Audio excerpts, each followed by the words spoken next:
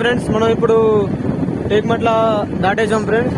కాబట్టి మనం తోట అన్నది దగ్గరనే ఉన్నది ఇక ఇక్కడ నుంచి వెళ్ళి కాబట్టి మనం తోట దగ్గరికి వెళ్దాం, చూద్దాం ఫ్లవరింగ్ ఎలా ఉందన్నది.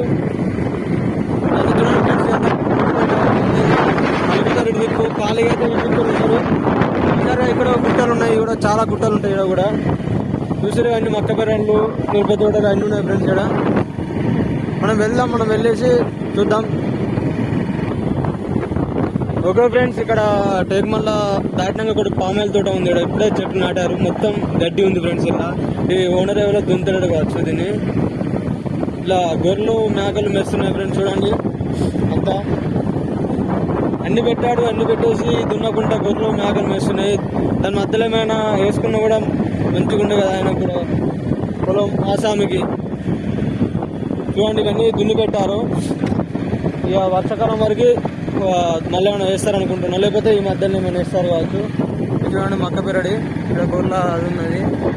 చిన్నపాటి పిల్లలకి ఇది కూడా ఒకటి. ఓకే ఫ్రెండ్స్, ఇట్లా అవుపించేది టేక్మట్ల మోడల్ స్కూల్. ఇక్కడ పక్క పండి ఇంకోటి కడతారు, అది కట్టి 2-3 years అవుతుంది కావచ్చు. చూస్తున్నారు కదా ఎలా ఉంటుంది. పిల్లలు కూడా ఉంటున్నారు, పక్క పండి ఇంకోటి కడతారు బిల్డింగ్. ఓకే ఫ్రెండ్స్, మనం కూడా వీటి దగ్గరికి వచ్చేసాం, మన చెట్ల దగ్గరికి. కాబట్టి చెట్లు కూడా చూద్దాం ఎలా ఉన్నదా. ఒప్పిస్తుందా ఫ్రెండ్స్ మీకు చెట్లు?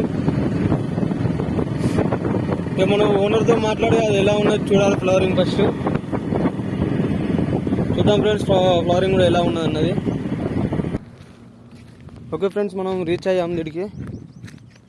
కాబట్టి ఇక పొలం వేసారు ఫ్రెండ్స్. ఇక్కడ అంతా పక్క పొంటి పత్తి పీకేసి దున్ని పెట్టాము. ఇక్కడ అది కూడా ఎట్లుందో మనం ఫ్లవరింగ్ చూద్దాం ఒకసారి.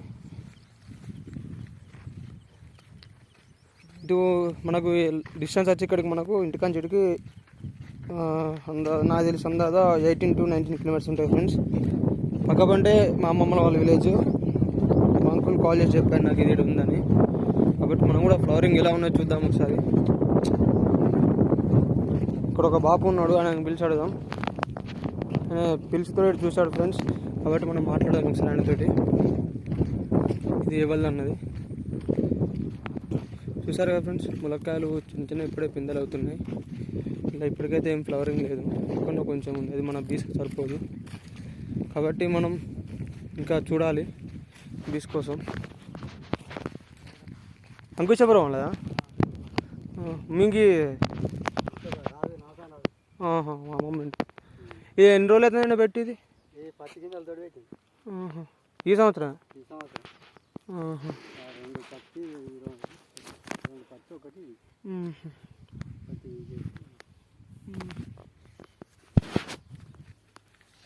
ఈ ఒక్క సంవత్సరంలో ఇంత కాస్తుందంట.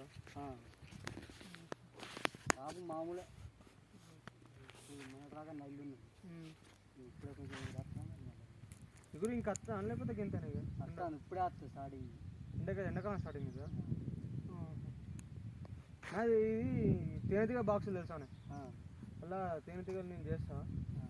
కాబట్టి ఓనర్తో మాట్లాడి ఇక్కడ బాక్సులు పెడదాం అనుకున్నాను. ఇప్పుడే ఫ్లవరింగ్ వస్తుంది కదా, ఇంకా ఇంకొక 10-20 రోజులు పడతాయి, కొన్ని నెల పడతాయి. కాడే అయితే కాపు అంతా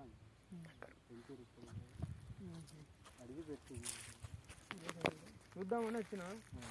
చూసి మాట్లాడి పెట్టాను. ఒక 5 బాక్సులు ఉన్నాయి. ఇంకా ఈ ఫ్లవరింగ్ చూసి ఒక బాక్స్ అయితే ఉంటాను అనుకుంటాను. ఇంకొక 40-50 బాక్సులు ఉంటాను ప్లానింగ్ చేస్తున్నాను. అందుకే దీనికి వస్తుంది దీనికి. ఇప్పుడు ఈ ఫ్లవరింగ్ చూస్తున్నాను. ఇలా వీళ్ళకి వస్తాయి, మధ్యలోకి వచ్చి వీళ్ళకి వెళ్ళిపోతాయి. అదే చూద్దాం. కాయ కూడా ఎక్కువ అవుతుంది. కాయ కూడా ఎక్కువ అవుతుంది. నీకు కొంచెం చూసినట్టున్నావు ఎక్కడ అన్నీ చూస్తా, ప్రోగ్రామ్ చూస్తాం. కాబట్టి కొందరు తెలియదు, కొందరు తెలుసు. ఇప్పుడు మా ఊళ్ళో అయితే కొద్దిగా మంది తెలియదు అది ఎందుకు పెట్టారు అని చెప్పి అంటారు. కానీ పువ్వు ఎక్కువ అది సంపర్కం జరుగుతూనే ఎక్కువ. నేను గదే చెప్తాను, నువ్వు గదే అన్నావు.